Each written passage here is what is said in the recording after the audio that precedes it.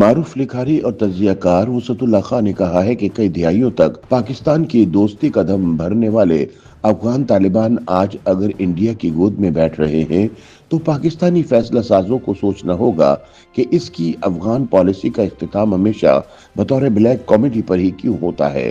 وزارت خارجہ کو یہ نتیجہ نکالنا ہوگا کہ ہماری پالیسی ہمیشہ کھایا پیا کچھ نہیں اور گلاس توڑا بارہانے پر ہی کیوں ختم ہوتی ہے۔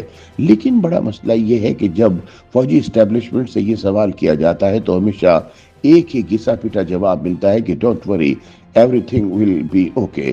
جب 2.5 برس پہلے طالبان نے افغانستان میں اقتدار سنبھالا تھا تو پاکستانی فوجی اسٹیبلشمنٹ کی جانب سے بلند مانگ دعوے کیے گئے تھے۔ تب کہ ISI چیف لیفٹیننٹ جنرل فیض حمید نے کابل کے ایک 5 اسٹار ہوٹل میں جا کر ڈیرا لگا لیا تھا۔ پھر ایک روز چائے کا کپ ہاتھ میں تھامے میڈیا سے گفتگو کرتے ہوئے فیض حمید نے بھی یہ دعویٰ کیا تھا کہ everything will be all right, don't worry. تاہم عملی نتیجہ یہ نکلا کہ افغان طالبان کے برسر اقتدار آنے کے بعد تحریک طالبان پاکستان مزید طاقتور ہو گئی اور پاکستان میں دہشت گردی کی نئی تاریخ رقم کر دی۔ دوسری جانب everything will be all right کا دعویٰ کرنے والے فیض حمید کو خود کورٹ مارشل کا سامنا ہے۔ BBC کے لیے اپنے تازہ تجزیے میں وسعت اللہ خان سوال کرتے ہیں کہ افغانستان کے 5 ہمسایہ اور بھی ہیں، یعنی ترکمانستان، ازبکستان، تاجکستان، ایران، چین۔ اب ان نئے ہمسایوں کے پاس ایسی کون سی گدڑ سنگی ہے جو افغانیوں کو شانتی میں رکھتی ہے اور ان کا کبھی کوئی مسئلہ نہیں ہوتا؟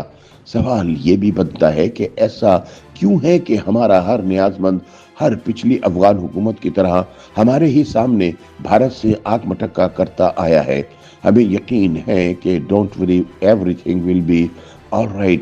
وسعت اللہ خان کہتے ہیں کہ وزارت خارجہ کی غلام گردشوں کا تو نہیں معلوم، البتہ کچھ ٹی وی چینلز کے ٹاک شوز میں ضرور کھلبلی مچی ہوئی ہے کہ کیا ماضی قریب کے اچھے افغان طالبان اب برے انڈیا کی گود میں جا رہے ہیں۔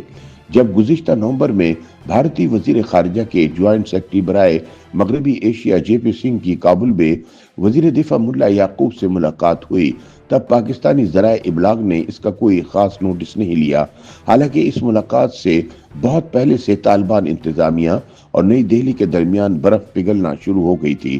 تب تک بھارت انسانی ہمدردی کی بنیاد پر 1.5 ملین کووڈ ویکسینز، 30 ٹن ادویات، 40,000 لیٹر کیڑے مار زرعی کیمیکلز، 50,000 میٹرک ٹن گندم اور سردی سے بچاؤ کے کپڑوں کی کئی کھیپیں کابل بھیج چکا تھا۔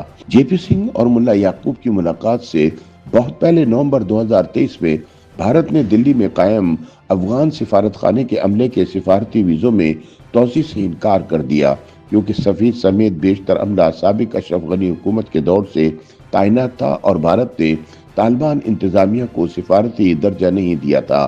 بھارت اب بھی افغان انتظامیہ کو مکمل سفارتی درجہ نہیں دیتا، مگر روس، چین اور پاکستان سمیت متعدد ممالک کی طرح کابل میں بھارتی سفارت خانہ بھی بغیر کسی رسمی سفیر کے تعیناتی کے کھلا ہوا ہے، جبکہ بمبئی کے افغان قونصل خانے میں طالبان انتظامیہ کے نامزد کردہ اکرام الدین کامل بطور قائم مقام قونصل جنرل فرائض انجام دے رہے ہیں، مگر ہم نے ان خبروں کا شاید ہی نوٹس لیا ہو۔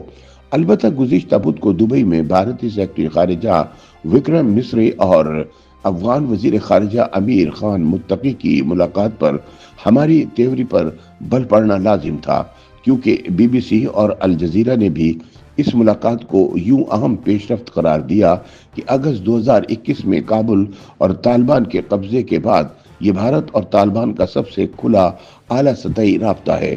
وسعت اللہ خان بتاتے ہیں کہ اس ملاقات کی جو تفصیلات دلی سے بیک وقت جاری ہوئیں، ان کے مطابق بھارت نے ایرانی بندرگاہ چاہ بہار کے ذریعے افغانستان کو تجارت کی پیشکش کی، یعنی پاک افغان ٹرانزٹ ٹریڈ کا ایک عملی متبادل پیش کیا۔ اس کے علاوہ صحت اور کرکٹ کے شعبے میں ہر ممکن تعاون کی یقین دہانی کروائی۔ بھارت میں مقیم لگ بھگ 38,000 افغان پناہ گزینوں کے گھر واپسی کے لیے سہولتوں میں اضافے کی یقین دہانی کروائی۔ بدلے میں وزیر خارجہ امیر خان متقی نے وعدہ کیا کہ افغان سرزمین کو بھارت مخالف سرگرمیوں کے لیے استعمال ہونے کی اجازت نہیں دی جائے گی۔ یہ یقین دہانی اس لیے اہم ہے کیونکہ طالبان کی 1996 تا 2000 والی حکومت پر بھارت الزام لگاتا تھا کہ افغان سرزمین کشمیری علیحدگی پسندوں اور القاعدہ سے جڑے کچھ بھارتی باشندوں کی تربیت کے لیے استعمال ہوتی ہے۔ اب سوال یہ ہے کہ بھارت، جس نے طالبان کی پہلی حکومت کے مخالف شمالی اتحاد کی حمایت آخری وقت تک ترک نہیں کی، وہ اب طالبان کا دوست کیسے بن گیا؟ یاد رہے کہ اکتوبر 2001 میں کابل میں امریکی بموں کے سائے میں طالبان حکومت کے خاتمے کا خیر مقدم کرنے والے اولین ممالک میں بھارت بھی شامل تھا۔ بھارت نے دہلی یونیورسٹی کے گریجویٹ حامد کرزئی اور عبداللہ حکومت کی بھرپور امداد کا دروازہ کھولا۔ بعد ازاں اشرف غنی حکومت سے بھی تعاون میں کمی نہیں آئی۔ بھارت نے 2001 سے 2021 تک 20 برسوں میں افغانستان میں طبی مراکز، ہائی ویز اور ڈیمز کی تعمیر پر تقریباً $3 ارب کی سرمایہ کاری کی اور کابل میں نیا پارلیمنٹ ہاؤس بطور تحفہ تعمیر کر کے دیا۔ وسعت اللہ خان بتاتے ہیں کہ بھارت طالبان اور امریکہ کے درمیان دوحہ مذاکرات سے بھی کبھی خوش نہیں تھا۔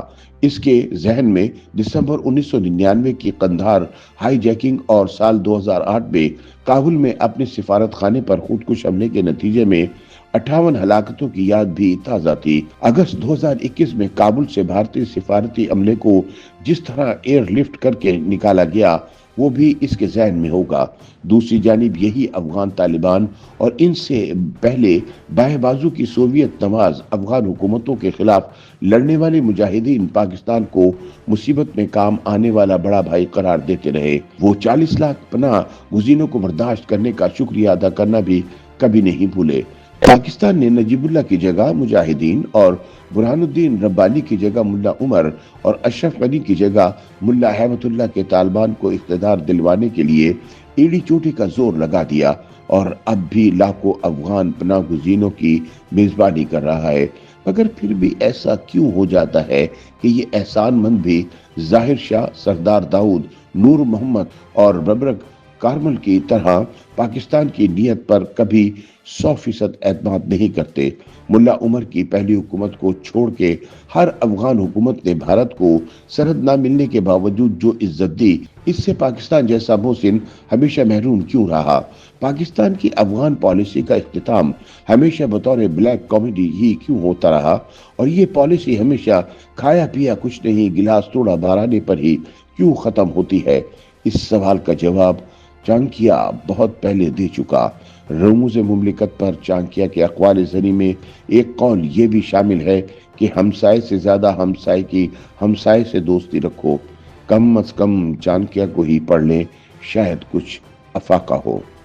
یوٹیوب پر گوگلی نیوز دیکھنے کے لیے youtube.com کی سرچ بار میں googly news T V type کریں۔ گوگلی نیوز کے پیج پر سرخ رنگ کے سبسکرپشن والے بٹن پر کلک کرنا نہ بھولیے۔ یوٹیوب پیج پر اپلوڈ ہونے والی ویڈیوز سے باخبر رہنے کے لیے بیل آئیکن پر کلک کیجیے۔ آپ کو ہر نئی ویڈیو کے بارے میں نوٹیفیکیشن موصول ہو جائے گا۔